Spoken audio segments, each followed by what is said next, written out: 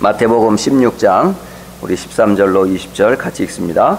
예수께서 빌립보 가이사랴 지방에 이르러 제자들에게 물어 이르시되 사람들이 인자를 누구라 하느냐. 이르되 더러는 세례 요한, 더러는 엘리야, 어떤 이는 예레미야나 선지자 중의 하나라 하나이다. 이르시되 너희는 나를 누구라 하느냐. 시몬 베드로가 대답하여 이르되 주는 그리스도시요 살아계신 하나님의 아들이시니이다. 예수께서 대답하여 이르시되 바요나 시몬아 네가 복이 있도다. 이를 네게 알게 한 이는 혈육이 아니요 하늘에 계신 내 아버지시니라. 또 내가 네게 이르노니 너는 베드로라. 내가 이 반석 위에 내 교회를 세우리니 음부의 권세가 이기지 못하리라. 내가 천국 열쇠를 네게 주리니 네가 땅에서 무엇이든지 매면 하늘에서도 매일 것이요 네가 땅에서 무엇이든지 풀면 하늘에서도 풀리리라 하시고, 이에 제자들에게 경고하사 자기가 그리스도인 것을 아무에게도 이르지 말라 하시니라. 아멘. 살아계신 하나님 아버지 감사합니다. 하나님께서 우리에게 구원을 주셔서 하나님을 알게 하시고, 또 그리스도 안에서 우리가 죄인인 것을 알게 하여 주셔서 십자가에서 흘린 그 보혈과 사망 원수를 깨뜨리신 부활의 능력을 알게 하신 것 진실로 감사합니다.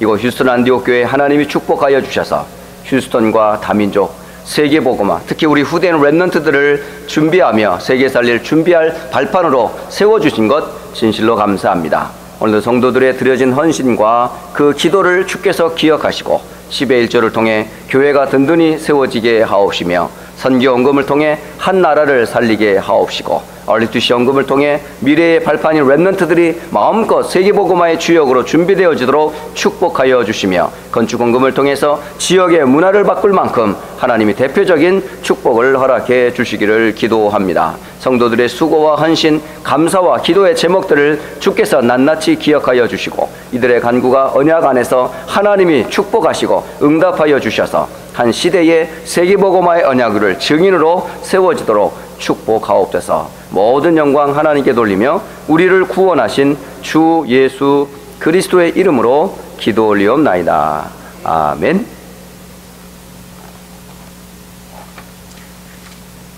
자, 오늘 제목은 잘못 알고 있는 그리스도. 7월 한 달 동안 이 마태복음을 통해서 여러분 지금까지 잘못 알고 있었던 복, 지금까지도 아직도 많은 분들이 그렇게 생각해요. 복 하면 여전히 돈 많고 건강하고 또 육신적으로 남부럽지 않은 삶, 이걸 복이라고 생각하는데 진짜 복은 그게 아니에요. 지금 영적인 문제로, 정신의 문제로, 삶의 문제로 나를 사로잡고 있는 영적인 창세기 3장과 12가지 함정과 또 올무와 틀에 묶여있는 상태를 모르고 눈에 보이는 것 가지고 축복을 이라고 말하는 것은 예수님께서 참된 복이 아니다. 그렇게 첫째 주에 말씀을 드렸고, 또 기도 역시 여러분 기도를 많이 한다고 응답되는 게 아닙니다. 또 그리고 오래 한다고 응답되는 것도 아니고요. 중요한 건 하나님 앞에서 내가 누군지에 대한 분명한 정체성을 가지고 언약 잡고 기도할 때에 모든 기도는 응답이 됩니다. 많은 분들이 기도 응답이 됩니까? 라고 의심할 수 있는데 응답됩니다. 그 증거가 말씀에 있고, 또 지금도 하나님은 기도에 응답을 하고 계십니다. 더 나아가 신앙생활이라고 하는 거, 신앙생활은 많은 분들이 막 억지로 하려고 하는데 우리 힘으로 신앙생활은 억지로 하는 거 아닙니다. 성령으로 봉사하고 그리스도로 말미암아 받은 은혜로 봉사하는 것이고 헌신하는 거지, 우리가 막 애를 쓴다고 해서 신앙생활 결코 되는 거 아닙니다. 세상 말로 인간의 힘과 의지로 하다가 자기 뜻과 의지가 만약에 교회에서 이루어지지 않으면 우리의 영적인 문제가 드러나서 교회를 분열케 하고 목회자와 대립하게 되고 성도 안에 문제를 일으키는 그런 예들이 얼마나 많은지 모릅니다. 그러니까 신앙생활은 잘못 시작하면요, 율법적으로 신앙생활을 할 수밖에 없습니다. 그리고 지난주 같은 경우에는 잘못 알고 있는 천국, 천국은 미래에 죽으면 가는 곳이라고 생각하는데 그렇지 않습니다. 분명히 천국은 존재합니다. 그러나 천국을 가기 전에 반드시 해결해야 될 게 있는데요, 그게 뭐냐면 분명히 과거의 문제 해결하셔야 돼요. 과거가 뭔데요? 죄 문제. 창세기 3장에서 시작했던 이 죄의 문제를 반드시 해결받으셔야 돼요. 그리고 현재 문제 또 반드시 해결받아야 돼요. 지금도 사단은 영육간에 개인을 멸망시키려고 지금도 발악하고 있어요. 그리고 마지막 때가 될수록 뭐 할까요? 더 역사한다니까요. 그렇기 때문에 천국을 누리는 최고의 방법이 뭘까요? 그게 말씀 안에서, 여러분이 오늘 예배를 통해서 천국의 축복을 누리길 바랍니다. 여러분, 말씀 듣는 중에 하나님을 체험하고, 말씀 듣는 중에 천국의 축복을 누리고, 말씀 듣는 중에 영육간의 상처가 치유받고, 예배하는 중에 사실은 모든 것이 다 다 해결되어져야 돼요. 예배 때 실패해버리면 인생을 실패하는 거나 마찬가지예요. 그래서 인생의 최고의 목적은 뭐라고요? 예배하기 위해 지음받았어요. 하나님 나를 왜 지으셨어요? 예배를 통해 영광을 받으시려고. 그러니까 이 잘못 알고 있는 많은 것들이 우리에게 너무 많이 있어요. 특히 마태복음에는요, 마태가 누구에 쓴 편지냐면 오래된 유대인들에게, 기존 신자들에게 보낸 편지예요. 그러다 보니까 이 편지를 받아보는, 이 마태가 쓴 편지를 받아보는 유대인들 같은 경우는 오래되게 뭐에 잡혀있냐면 전통의 자료에 잡혀 있어요. 그리고 그 지도층에 해당되는 바리새인들과 서기관들이 가르치는 교훈을 사람들이 그거를 진리인 것 양 알고 있어요. 그게 전통이 되고 오래된 관습이 되고 습관이 되고 문화가 되어가지고 자신이 지금 어떤 상태에 있는지 전혀 영적인 상태를 모르고 있어요. 오늘 마태복음 16장에 보게 되면 예수님께서 제자들에게 너희는 바리새인과 사두개인의 누룩을 주의하라 이렇게 말씀하시거든요. 근데 제자들 처음에 못 알아들었어요. 이 빵 얘기하는 줄 알고 또 이거 식사해야 될 줄은 알고 그거 준비하는데, 내가 너희들에게 하는 말은 빵과 떡에 대한 얘기가 아니다. 바리새인과 사두개인의 누룩은 곧 무엇이냐면, 바리새인이 가르치는 교훈, 사두개인이 가르치는 그 교훈을 신앙의 모든 본질이라 생각하고 잘못 알고 있는 것들. 근데 그것 때문에 정말 모르는 것 뭐냐면 오늘 그리스도를 잘못 알게 되는 그런 것들이 너무 많다는 거예요. 그래서 교회 안에서 오랜 신앙생활 하는 사람들이 지금 가지고 있는 많은 것들이 잘못된 바리새인이나 사두개인이 가르쳐준 그런 것들을 기준 삼아가지고 그게 뭔지 진리인 줄 알아요. 결국 그거 하다가 결국 뭐예요? 눈이 어두워져서 그리스도를 알아보지 못하게 되는 거예요. 그래서 오늘 마태복음 16장 13절로 20절은 사실은 성경에서 가장 중요한 내용입니다. 이 한 부분만 여러분이 제대로 알고 제대로 이해하시면 사실은 신앙생활은 결코 어렵잖아요. 그래서 질문을 하시고 질문에 대한 답을 여러분이 오늘 말씀을 들으시면서 한번 대답을 해보세요. 그 양심에, 여러분 신앙의 양심에 이 질문해 보세요. 질문해 보시고 그리고 질문에 여러분 스스로 답을 해보세요. 이 부분이 꼭 필요합니다. 성경에 가장 축복받은 민족이 어디죠? 이스라엘 민족이에요. 왜요? 이스라엘 민족의 첫 시작은 아브라함으로부터 시작하거든요. 근데 아브라함으로부터 예수님의 이르기까지, 그리고 지금도, 지금 하나님이 이 세상에서 가장 축복받은 민족이 누구냐? 그 이스라엘 민족이거든요. 그런데 아이러니하게 가장 저주받은 민족도 역시 이스라엘이에요. 왜 그럴까요? 가장 축복의 비밀이신 언약을 붙잡을 때는 최고의 축복과 언약을 전달하는 세계선교의 주역이 되었던 나라가 이스라엘이었어요. 그런데 반대로 하나님 주신 그리스도의 비밀과 영광의 비밀을 놓쳤을 때는요, 어마어마한 고통과 재앙이 끊어지질 않았었어요. 그래서 이스라엘이 430년 동안 에집트에 노예된 것, 그리고 70년 바벨론의 포로가 되어졌던 것, 심지어는 로마에 속국되어지고 그 20년 동안 나라가 없이 유리방황했던 그 이유와 원인이 뭘까요? 심지어는 워싱턴 DC에 가보면 홀로코스트라고는 유대인의 대학살 기념관이 있어요. 엄청 크거든요. 그래서 혹시 워싱턴 DC에 여러분이 방문할 계기가 있으면 한번 유대인의 그 홀로코스트라고 하는 제2차 세계대전 때 그 흩어졌던 많은 사람들, 유대인들이 학살당했던 그 기념관이 있어요. 왜 그렇게 고난을 당했는지 이 사람들이 알까요, 모를까요? 아직도 몰라요. 심지어는 가까이 여기 휴스턴에도 조그만 홀로코스트가 있습니다. 유대인 기념관이 있는데요, 거기에도 조그마하지만은 사진을 여러 장을 붙여놓고 또 여러 가지 조그만 기념품들을 갖다 놨어요. 뭐 워싱턴에 비하면 아주 작은 규모이지만은 유대인들이 어떻게 고통을 당했는지 그 기념품들이 많이 있거든요. 그리고 거기에 인터뷰하는 영상도 나와요. 그 부모님들이나 또 본인이 겪었던 것들을 영상으로 만들어가지고 2차 세계대전 때에 우리 형제들이, 부모님이, 할아버지, 할머니가 어떻게 고난을 당했는지 인터뷰를 하는 그 후손들의 이야기도 그 영상에 나옵니다. 그러면서 거기에 눈물 짓고 안타까워하고 힘들어하고 있거든요. 그런데 왜 그렇게 눈물을 지어야만 했고, 왜 그렇게 할아버지, 할머니, 부모, 형제가 그렇게 수백만이 죽어야 되는지, 그 이유를 아직도 몰라요. 참 아이러니하죠. 왜 그러냐? 오늘 잘못 알고 있는 그리스도, 이거 하나 때문에 그래요. 오늘날 신앙생활하는 많은 분들이요, 이 하나를 제대로 몰라가지고 신앙생활을 실패하거든요. 오늘 진짜 잘못 알고 있는 그리스도, 잘못 알고 있는 우리의 신앙 고백의 주가 되시는 그리스도는 도대체 누구인지 여러분 계속 질문하면서 그 질문의 답을 여러분 신앙의 양심에 한번 대답해 보시고, 또 말씀 속에서 답을 찾아보시고, 내가 정말 제대로 신앙생활을 하고 있는지 예수님이 직접 이 자리에 오셔서 여러분 앞에 서셔서 아무개야 너는 나를 누구라 하느냐, 진지하게 한번 질문해 보셔야 돼요. 이 질문 없이 신앙생활 해버리면요, 그냥 분위기 따라가요. 예수님 당시에도 많은 무리들이 예수님을 쫓아다녔어요. 수천, 수만의 사람들이 쭉 예수님을 쫓아다니면서 얼마나 볼거리들이 많았는데요. 그런데 정작 그 기적을 일으키시고 빵과 떡을 공급하시고, 그리고 그 보아와 같은 그 하나님의 말씀을 쭉 전해주는데 그분이 도대체 누군지 나와 아무 관계없는 분들이 참 많았어요. 결국 나중에는 예수님을 십자가에 못 박을 때 돌멩이를 들고 소리질러서 죽이라고 아우성을 쳤거든요. 언제는 좋았다고 쫙 쫓아갔다가 언제는 죽이라고 삿대질하고. 왜 그럴까요? 저분이 누군지를 몰라서 그러는 거예요.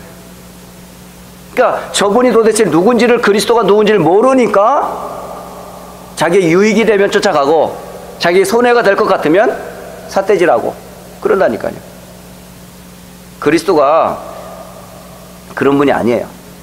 근데 많은 분들이 신앙생활을 그렇게 하고 있어요. 내 유익을 쫓아, 내 기분 따라, 내 감정 따라. 그런 신앙생활을 하시면 안 됩니다.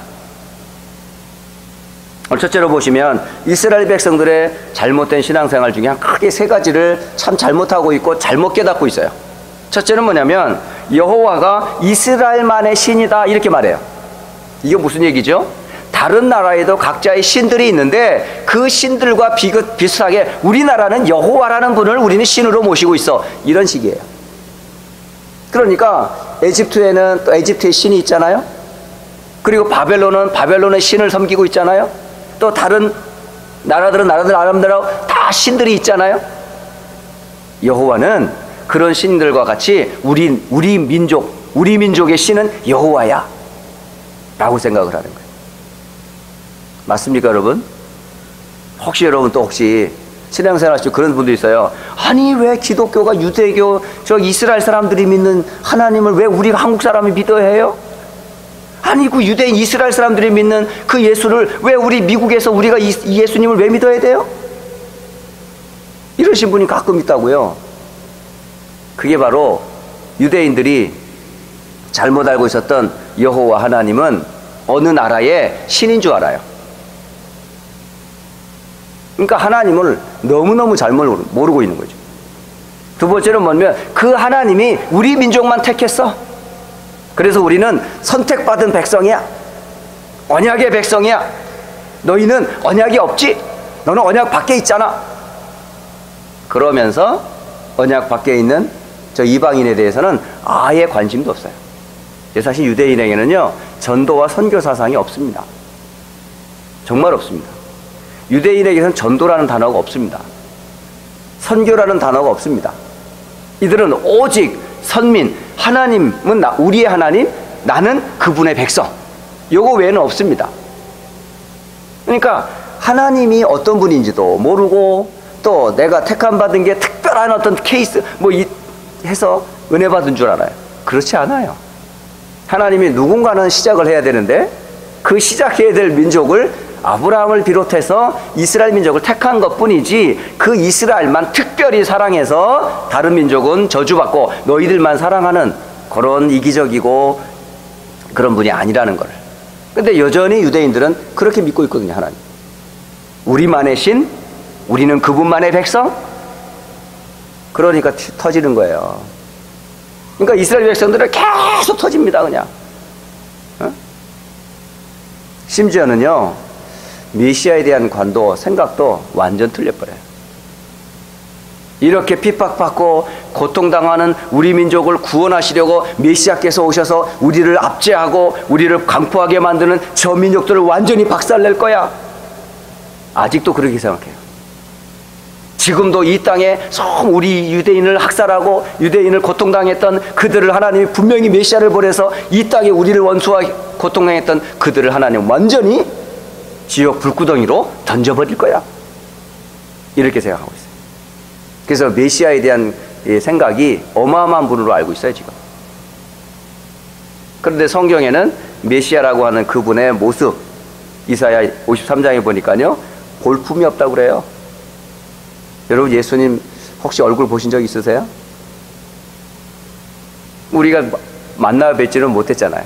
근데 고고학자들이 예수님의 얼굴을 여러 모양으로 하는데 어느 분은 막 거기 많이 영화배우처럼 이렇게 사진에 이렇게 나와 있더라고요. 예수님 그렇게 잘생겼을 것 같아요. 그러면 많은 아마 연인들이 뭐 예수님을 엄청나게 훈남으로 알고 쫓아다닐 텐데요. 근데 성경에는 볼품이 없다고 그럽니다. 진짜 예전에 그 진짜 사진인지는 잘 모르겠어요. 추측한 거죠. 그러니까 예수님 얼굴을 보니까 진짜 못생겼더라고요. 진짜 흠모할 만한 구석이 한 군데도 없어요. 예. 요즘으로 말하면 성형 그걸 뜯어 고치려면 견적이 너무 많이 나와. 그 정도로 예수님의 얼굴은 참 볼품이 없을 정도로. 근데 그것도 어디서 나와? 예루살렘의 그 어떤 궁궐에서 나와야 될 그런 분인 줄 알아요, 메시아를. 그런데 저 시골, 베들레헴 시골에서, 그리고 이름도 없고 빛도 없는 저기 베들레헴의 마우간에서 태어났어요. 왕궁이 아니고. 이들이 생각하는 메시아는 어마어마한 분으로 나타나는 거예요. 막 백마를 타고 막 금빛 나는 옷을 입고 어떤 왕족으로 오시고 뭐 어마어마한 막 힘과 권력을 가지고 이 땅을 뒤엎을 만한 어마어마한 힘을 가지고 우리를 구원하실 메시아라고 생각을 하는데, 그런데 그 메시아가 보잘것없는 마구간에서 이름도 없는 나사렛에서 무슨 선한 것이 나겠냐 하면서 나사렛이라고는 시골 동네에서 30여 년을 크셨거든요. 그러니까 전혀 거들떠보지도 않고 인정할 수도 없는 그런 분이 하나님의 말씀을 전달할 때에 바리새인들이 같지 않잖아요. 힘도 없고 볼품도 없고 학력도 없고 세상 말로 내놓으라만 스펙이 아무것도 없어. 그런데 많은 제자리 쫓아다니고 심지어는 많은 기적이 일어나니까 이건 뭐야? 그러니까 로마가 오히려 위협하는 거. 이거 혹시 소요가 일어나서 혹시 이거 뭐 유대 사회에 뭐 문제가 일어나는 거 아니야? 바리새인들은 기득권을 빼앗길까 봐 혹시 이러다가 우리가 가르친 게 혹시 잘못이라고 해서 이 폭동이 일어나는 거 아닐까? 이런 식이었었거든요. 그러니까 그들이 기대하는 메시아가 완전히 예수님의 모습과 삶과 사역에서는 전혀 드러나지를 않았어요. 그러니 이스라엘 백성들은 이만큼 잘못 각인되고 뿌리 내리고 체질화된 것, 그걸 오늘 마태복음 16장 여러분이 1절로 12절에 보시면 바리새인의 누룩, 사두개인의 누룩이라고 표현을 해요. 그러니까 이 잘못된 것들이, 잘못된 가르침들이 결국요 이스라엘 백성들에게는 너무 각인되고 뿌리 내리고 체질화돼서 오래된 관습과 전통이 되어 있었어요. 심지어는 예수님이 직접 사역을 하시고 이 마태복음 16장의 메시지는 사실은 예수님의 공생애 중에 거의 이제 십자가를 설명하기 전에부터 시작했어요. 그러니까 앞으로 이 메시지를 한 이후에 몇 개월 후면, 그러니까 어떻게 보면 예수님의 공생애 3년 중에 거의 말년쯤에, 이제 말기쯤에 이 예수님이 한 질문이라고요. 그러니까 처음부터 그냥 너희가 나를 누구냐 이렇게 물어본 게 아니고 이미 다 보여주셨어요. 그 저분이 누군지에 대해서 한번 궁금했던 것들에 대한 답도 얻고 또 기적도 보고 말씀드렸던 확인도 하고 다 보고 마지막으로 점검하는 거라니까요. 그러니까 예수님의 사역의 거의 끝부분에 해당되는 부분이기 때문에 그렇게 기적을 보이고 그렇게 이적을 보이고 그렇게 많은 말씀을 보이고 그런 많은 증거를 보였음에도 불구하고 여전히 이스라엘 사람들의 생각에는 저분이 누군지에 대한 정확한 답을 갖지 못한 채 틀린 메시아, 틀린 그리스도의 관을 오늘 고백하는 거예요. 그래서 오늘 두 번째 보시면 이스라엘 사람들이 예수님에 대해서 어떻게 알고 있는지 예수님이 질문하십니다. 그런 질문하시죠. 세상 사람들이 인자를 누구라 하느냐. 자, 이제 다 보여줬어요. 사역을 다 이제 마칠 쯤이 되셨어요. 근데 사람들이 인자 대신 이 하나님의 아들이라 일컫는 예수를 누구로 알고 있느냐? 이렇게 질문하셨어요. 모르셨을까요, 예수님이? 모르신 게 아닌데도 질문하신 이유는 뭘까요? 왜 예수님은 사람들이 인자에 대해서 어떻게 알고 있는지 왜 질문하셨을까요? 여러 가지 이유가 있겠지만은 질문의 목적은 제자들에게 이 질문을 하는 걸 통해서 믿음 위에 든든히 세우기 위해서 다른 것, 아닌 것을 이제 혼동하지 말라고. 그러니까 사람들이 말하는 인자, 사람들이 말하는 예수님이 도대체 누군지를 들었을 때 혼동하지 말라고. 그 대표적인 사람을 네 사람을 들어요. 네 사람. 사람들이 말하는 예수, 사람들이 말하는 그리스도는 뭐라고 표현을 하느냐? 첫째는 뭐냐면 세례 요한이라고 합니다. 이 세례 요한이 다시 부활한 게 바로 그리스도 아닌가? 이렇게 말해요. 이게 누가 한 얘기냐면요, 헤롯 임금이 한 얘기예요. 마태복음 14장 1절로 12절에 보면 이제 예수님이 막 사역을 하셨거든요. 그 사역하는 그 모습을 볼 때에 헤롯 임금이 생각할 때 이거 누구냐? 궁금했어요. 예전에 자기를 괴롭혔던 선지자 하나 있었거든요. 그게 바로 세례 요한이었어요. 헤롯 임금이 자기의 남동생의 여자를 취했거든요. 그러니까 남동생의 부인을 취한 것을 세례 요한이 지적을 했어요. 그래가지고 결국 세례 요한을 목을 잘라 죽인 거예요. 그 죽인 세례 요한이 다시 나타난 거 아니야 저거? 이렇게 생각한 거예요. 그러니까 세례 요한이 곧 다시 부활하여 저 그리스도 예수 아니냐? 이렇게 말한 거예요. 그러니까 정치인들에게서는 세례 요한은 어떤 존재였을까요? 어떤 불법을 행하거나 정치적으로 뭔가 잘못을 행했을 때에 지적하는 어떤 그런 사회운동, 사회의 정의를 구현하는 그러한 존재처럼 보였던 거예요. 물론 예수님에게 그런 요소가 없는 것은 아닙니다. 있습니다만은 그게 예수님이 오신, 그리스도가 오신 본질은 아닌 거죠. 근데 사람들은 그걸 본 거예요. 본질이 아니라 그런 표면적인 것을 보고 아, 예수님이 사회의 정의를 구현하기 위해 오신 분이 아닐까? 라고 세례 요한이라고 일컫는다. 또 한 부류는 어떤 사람이냐면 엘리야 아니야, 엘리야? 이스라엘 사람들에서 우상과 같은 존재는 엘리야였거든요. 이 엘리야는 가는 곳곳마다 뭘 일으켰어요? 수많은 기적을 일으켰어요. 성경에만 들어도 막 어마어마한 기적이 일어나잖아요. 바알 아세라 선지자 850명과 싸워 죽이기도 하고 비가 내리기도 하게 하고 또 비를 그치게도 하게 하고 여러 가지 기적과 이적하면 엘리야. 왜? 예수님 당시에는 그런 일들이 많았거든요. 예수님이 가는 곳곳마다 수많은 병자들을 고쳤거든요. 그러니까 치유와 이적과 기적과 이사를 통해서 많은 것들을 보니까 이거 혹시 이 엘리야가 다시 오신 거 아닐까? 이렇게 생각했다니까. 또 하나 예레미야 아니야? 이렇게 말했어요. 어떤 사람은 예레미야라고 생각해요. 예레미야는 이스라엘이 이 바벨론의 포로의 위협을 받을 때에 사실은 활동했던 선지자 중에 한 사람이었거든요. 너희들이 계속 이렇게 하나님 말씀을 어기고 우상 숭배하면 하나님이 바벨론과 이방인을 통해서 멸망할 것을 계속 안타까워하면서 기도하던 사람이었거든요.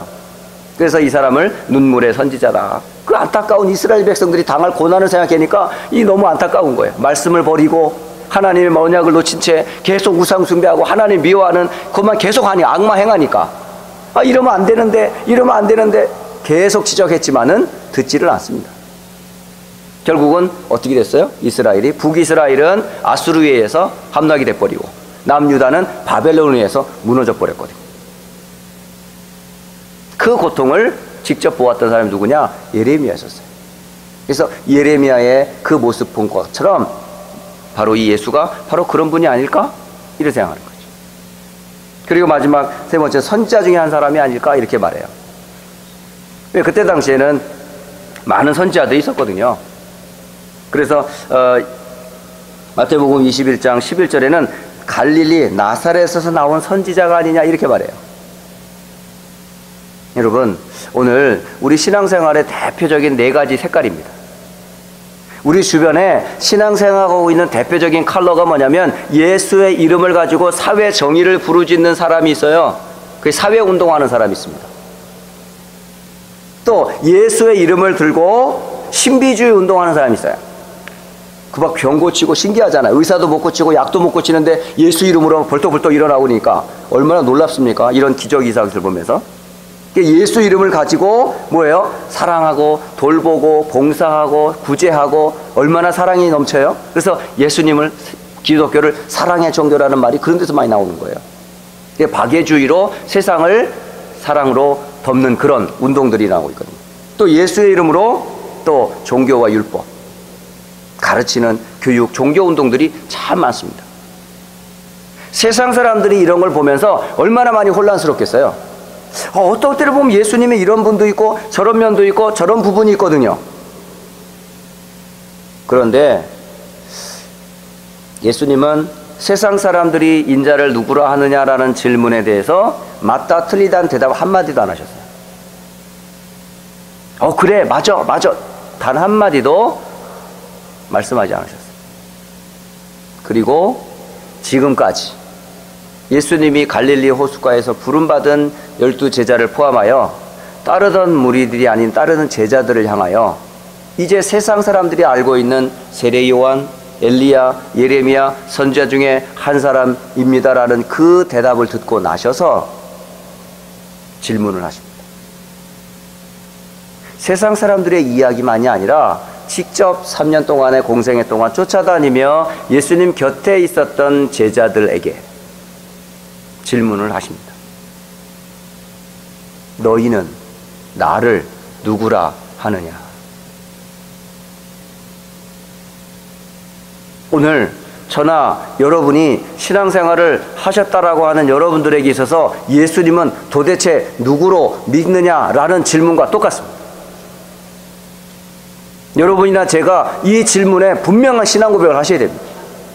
도대체 예수님은 누구냐? 도대체 저분은 나에게 누구냐라는 질문. 주변 사람들이 이랬던 저랬던 그건 상관하지 말고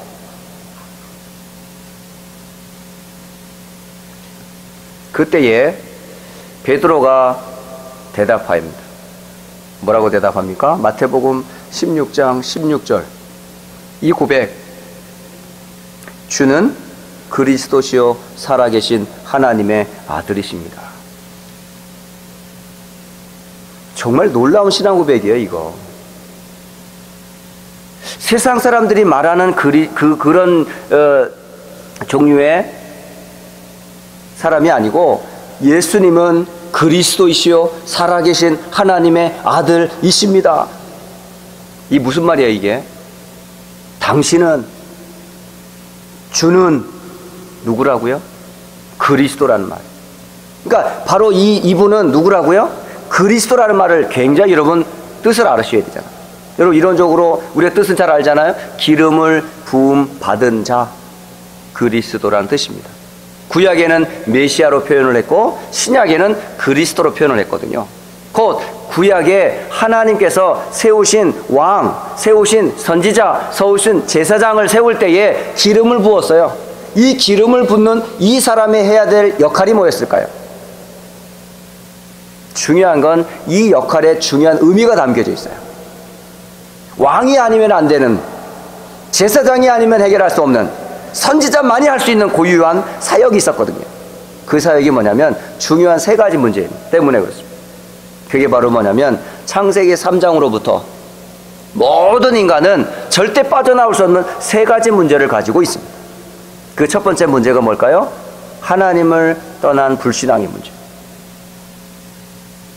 그게 창세기 3장에 보면 하나님이 금하신 언약을 어기는 불신앙을 이 사람들이 범하기 시작했어요. 그 불신앙이 결국 뭐죠? 하나님과 그 말씀을 불신앙한 결과로 인간은 어떻게 됐습니까? 하나님을 떠나버렸어요. 이 불신앙을 해결하는 이름입니다. 여러분, 그리스도라는 이름은 이 불신앙, 이 하나님의 말씀을 어기게 만드는 불신앙을 완전히 해결하는 이분, 그리스도라는 이름 속에는 불신앙을 해결하고 믿음으로 가는 길이 있어요. 그 방법이 바로 말씀이에요. 그러니까 참선지자라는 뜻은 뭐냐면 하나님과 그 말씀을 통해 하나님을 만나는 그 길을 여신 참선지자가 바로 당신입니다 라는 뜻이에요. 여러분, 우리가 믿음을 어떻게 회복하는 줄 아세요? 여러분, 노력해서 믿음 얻는 거 아니에요. 딱 하나입니다. 바로 예수를 그리스도로 믿는 그 믿음, 그 말씀하신 그 말씀을 의지할 때 여러분 믿음이라는 게 확 생겨버려요. 믿음은 다른 믿음이 아닙니다. 하나님과 그 약속하신 그 말씀을 믿는 순간 하나님을 만나게 돼요. 불신앙이 완전 무너져 버려요. 우리 신앙생활에서 진짜 중요한 게 믿음인데요, 이 믿음은 도대체 어디서 나올까요? 믿음은 바로 하나님의 말씀에서 나와요. 그 말씀의 키가 바로 뭘까요? 그리스도 대신 예수님을 바로 알 때. 그리고 또 하나는 해결해야 될 것이 뭐냐면 사단의 문제입니다. 네가 이것을 먹는 날에는 정녕 내 눈이 밝아서 하나님처럼 된다, 이래 말했거든요. 그러니까 인간이 곧 신이 될 수 있다, 네가 곧 하나님이 될 수 있어. 그 유혹을 누가 주었어요? 바로 마귀 사단이 주었어요. 하나님을 대적하고 타락한 이 천사가 에덴 동산에 있었던 아담과 하와에게 나타나서 바로 하나님처럼 된다는 유혹으로 하나님 말씀을 어기게 만든 문제의 원인자거든요. 그러니까 이 마귀 사단이 결국은 인간을 하나님과 나를 갈라놓게 만드는 이간자예요. 하나님을 대적했던 이자가. 그러면 이 사단은 영적인 존재이기 때문에 지금도 활동하고 있습니다. 그래서 이 사단의 특징이 뭐냐면 시간과 공간을 초월하는 존재입니다. 눈에도 보이지 않습니다. 그러나 과거에도 존재했던 이 사단은 지금도 역사하고 앞으로도 역사합니다. 언제까지요? 하나님이 정해놓은 영원한 무적행, 지옥에 갇히기 전까지는 이게 계속 활동합니다. 이게 눈에 보이지 않습니다. 시간과 공간을 초월하여 계속 활동합니다, 이게. 그럼 이 사탄의 권세를 어떻게 깨뜨릴 수가 있습니까? 모든 사람들은 사단의 속아 종교, 우상, 신앙생활을 하고 있거든요. 결국 안 되게 돼 있어요. 그래서 개인이 무너지고 가정과 가문에 계속되는 문제 재앙에는 배후에는 누가 있어요? 사단이 존재하고 있어요. 그러니까 이 사단이 잡고 있는 걸 세상 사람들은 운명이다 그래요. 함정과 올무와 틀에 딱 잡혀 있는 거예요. 이 사탄의 권세를 깨뜨릴 이름이 바로 뭐죠? 그리스도라는 이름입니다. 그리스도라는 이름을 붙잡을 때 사탄의 권세가 완전히 깨뜨리는 거예요.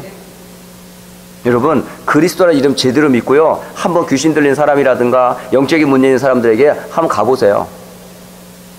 여러분은 참 보잘것없고 능력이 없지만은 여러분이 믿는 하나님과 그 약속하신 그리스도를 잡고 가보세요. 이 사람들이 벌써 알아봐요. 그게 뭔지 아세요? 하나님의 아들이 오신 것은 마귀의 일을 멸하려 하심이라. 당신은 바로 참된 왕이십니다. 이걸 표현하는 거예요. 그리고 이 하나님 만나는 길과 모든 사탄의 권세를 깨뜨리고 마지막으로 하신 사역이 있어요. 그게 뭐였죠? 그게 십자가 사건이었어요. 왜 예수님이 십자가를 지셔야 해요? 왜 예수님은 죽으셔야만 했고 왜 피를 흘리셔야만 했을까요? 바로 우리가 지었던 죄 문제를 해결하는 마지막 방법이기 때문에 그래요. 그래서 예수님은 참 선지자, 예수님은 참 왕, 예수님은 참 제사장으로 우리의 모든 죄와 저주를 십자가에서 다 끝내셨어요. 이 모든 예언의 약속을 완성하시고 마지막 하신 말씀 다 이루었다. 이 사실을 예수님이 알려주셨어요. 그래서 예수님은 누구십니까? 예수님은 그리스도이십니다. 그분은 살아계셔서 하나님의 아들로 지금도 여러분과 함께 하십니다. 중요한 건 이 언약이 어떻게 돼요? 나의 것이 되셔야 돼요. 여러분 신앙 고백할 때마다 예수님은 누굽니까? 고백할 때 예수님은 나의 그리스도요 나의 하나님이심을 고백하는 거예요. 그때에 여러분 불신앙이 깨져요. 사단의 권세가 무너져요. 하나님의 나라가 임하는 최고의 비밀이 바로 뭐냐? 그리스도를 바로 고백할 때예요. 그때에 예수님께서 베드로에게 축복하십니다.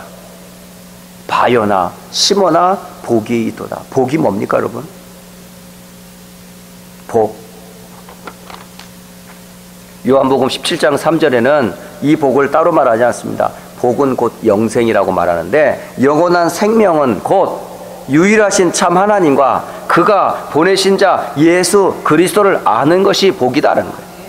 그러니까 하나님과 그 하나님의 보내심을 받은 예수 그리스도를 통하여 영생을 얻는 것, 이게 복입니다. 이 베드로가 주는 그리스도시요 살아계신 하나님의 아들이심을 고백할 때에 바로 영원한 생명을 얻게 돼요. 그러면서 이를 알게 하니는 혈육이 아니다. 하늘에 계신 내 아버지께서 알게 하셨다라고 말해요. 다시 말하면 성령의 역사가 아니면 예수님을 절대 알 수 없습니다.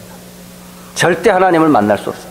절대 저주에서 해방받을 수가 없습니다. 그래서 예수님은 그리스도이십니다를 고백하는 것은 내 뜻과 내 어떤 의지로 발견되어지는 게 아닙니다. 그러면서 예수님께서는 세 가지 중요한 축복을 주십니다. 그래서 그리스도를 고백하는 자, 아는 자에게 주신 세 가지 축복이 뭘까요? 첫째는 바로 뭐냐면 내가 반석 위에 교회를 세우겠다라고 말씀하십니다. 이 반석은 무너져요? 안 무너져요? 안 무너져요. 이 반석은 곧 누구죠? 그리스도입니다. 그리스도 위에 내가 너를 교회로 세우겠다. 하나님의 성전으로 내가 너를 세울 거야. 결국은 우리는 누구죠? 그리스도를 발판으로 세워진 성전이라는 사실. 그러니까 여러분이 얼마큼 큰 축복을 받은 줄 아세요? 정말 보잘것없고 무너질 수밖에 없고 실패할 수밖에 없고 아플 수밖에 없는 우리를 그리스도를 믿는 그 이유 하나 때문에 하나님 우리를 교회로 세워 영광의 빛을 선전하는 전도자로 선교사로 부렀다는 사실. 그뿐만이 아니에요. 음부의 권세가 너를 이기지 못하리라. 음부의 권세 누구예요? 사단의 권세. 사단은 지금도 우는 사자와 같이 때로는 광명의 천사로 세상을 미혹하며 계속 무너뜨리려고 있거든요. 이 사단을 어떻게 이길 수 있어요? 그런데 그리스도를 고백하는 자에게는 음부의 권세가 결코 너를 무너뜨리지 못할 거야. 그러니까 이게 우리에게 주신 권세예요, 권세. 하늘과 땅의 모든 권세를 가진 주님이 지금 교회와 함께 그리스도를 고백하는 하나님의 자녀들과 함께 이 땅에서 뭐 하라고요? 흑암 권세와, 이게 사실 권세를 주신 이유는 영적 싸움을 하시라고 하는 거예요. 여러분, 예수님은 그리스도임이시다를 고백하는 순간 눈에 보이지 않는 어마어마한 일이 벌어집니다. 첫째는 뭐냐면 교회를 통해 하나님과 나와의 임마누엘, 하나님을 누리고요. 두 번째는 뭐냐면 그리스도 이름을 부를 때 보이지 않지만 흑암이 벌벌벌 떨어요. 여러분 아세요? 그래서 예수라는 이름을 부를 때에 그리스도라는 고백을 할 때마다 사단이 귀를 막고 지금 막 고통을 하고 있다니까요. 여러분, 마귀를 괴롭히는 최고의 방법이 뭔지 아세요? 예수는 그리스도라는 고백을 외칠 때마다 마귀는요 꼼짝을 못합니다. 특히 영적인 문제 있는 분들, 마음의 상처로 여러 가지 사단이 다 공격당하는 분들 있죠. 공격하는 사단을 꺾는 길은 딱 하나밖에 없어요. 여러분이 아무리 막 용을 쓰고 막 애를 쓴다고 되는 게 아닙니다. 딱 하나입니다. 주 예수 그리스도의 이름으로 명하노니 나를 괴롭히고 속이는 더러운 사탄아, 결박을 받고 떠나갈지어다. 이걸요 믿음과 언약을 확신을 가지고 해보세요. 계속 해보세요. 그러면 싸우면 싸울수록 뭐가 생겨요? 노하우가 생겨요. 싸움 잘하는 사람은 싸움을 많이 해봤기 때문에 싸움을 잘하는 거예요. 영적 싸움을 잘하는 건 뭐냐면 사단과 싸움을 많이 했기 때문에 영적 사실에 대한 정확한 걸 알기 때문에 힘이 생기는 거죠.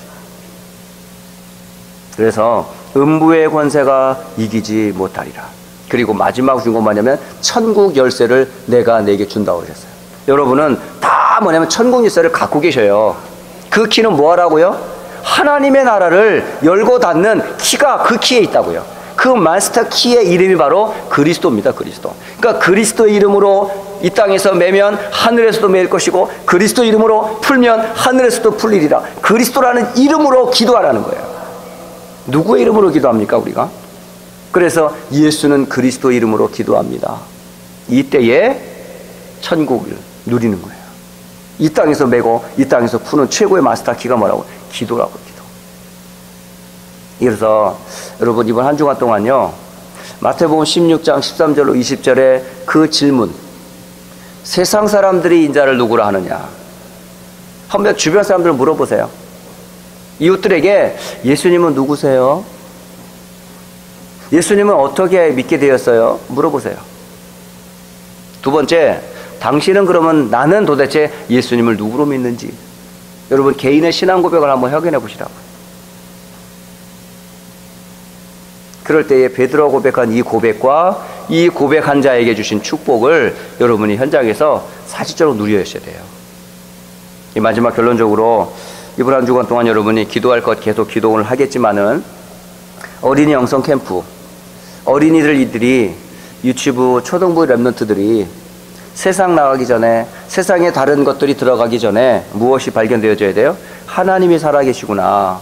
아, 예수님은 그리스도시구나. 아, 내가 누구구나. 내 사명이 뭐구나. 이 어릴 때 이게 발견되어져야 되고, 그냥 들은 것이 아니라 이게 체험이 되어지도록. 그래서 어린이 영성 캠프는 사실은 하나님을 아는 거고 나를 발견하는 그런 시간들을 가지려고 하는 거예요. 그래서 계속 여러분 기도를 부탁을 드리고요. 또 하나는 우리 1차 합숙훈련들 8월 15일부터 깃발일까지 있게 될 이 1차 합숙훈련에 정말 기도 많이 하십시오. 남부지역에 쉽지 않은 훈련을 이번에 시작하게 되었는데 여러분 이 1차 합숙훈련을 통해서 가장 많이 듣게 될 단어가 그리스도일 겁니다. 그리스도와 그리스도 안에 감추어진 어마어마한 축복들을 1차 합숙 기간에 계속 듣게 될 겁니다. 그리고 하나님이 쓰실 수밖에 없고 응답이 될 수밖에 없고 세상을 살릴 수밖에 없는 비밀이 그리스도 안에 있음을 발견하게 될 겁니다. 그래서 가실 분들, 또 앞으로 가실 분들은 반드시 기도하시고 준비하십시오. 그래서 이번에 인생의 터닝 포인트가 되어지는 최고의 합숙훈련이 되어지도록 여러분 기도하시면서 참여하시면 될 것 같고요. 그리고 다음 주에 있게 될 WRC 세계 랩런트 대회 리더와 또 세계 랩런트 대회 현장에 많은 분들이 지금 등록을 했고 또 앞으로 등록을 하게 될 겁니다. 약 한 2만 명이 예상해서 지금 큰 대회로 이번에 참여하게 된다고 하는데, 여러분들 정말 이제는 전 세계 랩런트 운동하면 이제는 하나가 딱 되거든요. 이제 R 랩런트란 단어 하나만 띄면 이제 마음이 뛰는 거예요.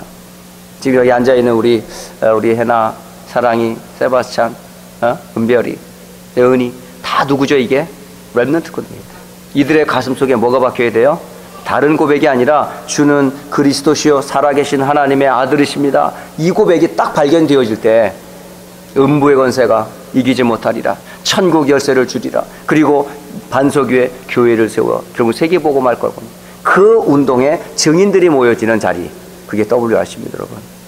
그래서 이번 대회에 여러분들이 참석은 못하시더라도 기도를 계속 해주세요.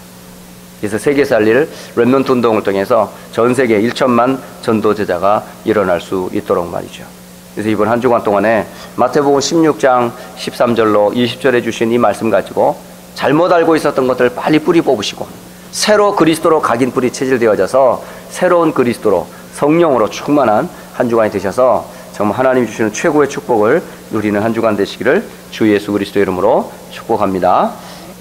이제는 우리 주 예수 그리스도의 은혜와 하나님 아버지의 사랑하심과 성령의 역사하심이 주를 그리스도로 고백하며 하나님의 아들이심을 고백하는 모든 하나님의 백성들 머리 위에와 랩런트들 머리 위에와 휴스턴 안디옥 교회 위에 이제로부터 영원까지 함께 계실지어다.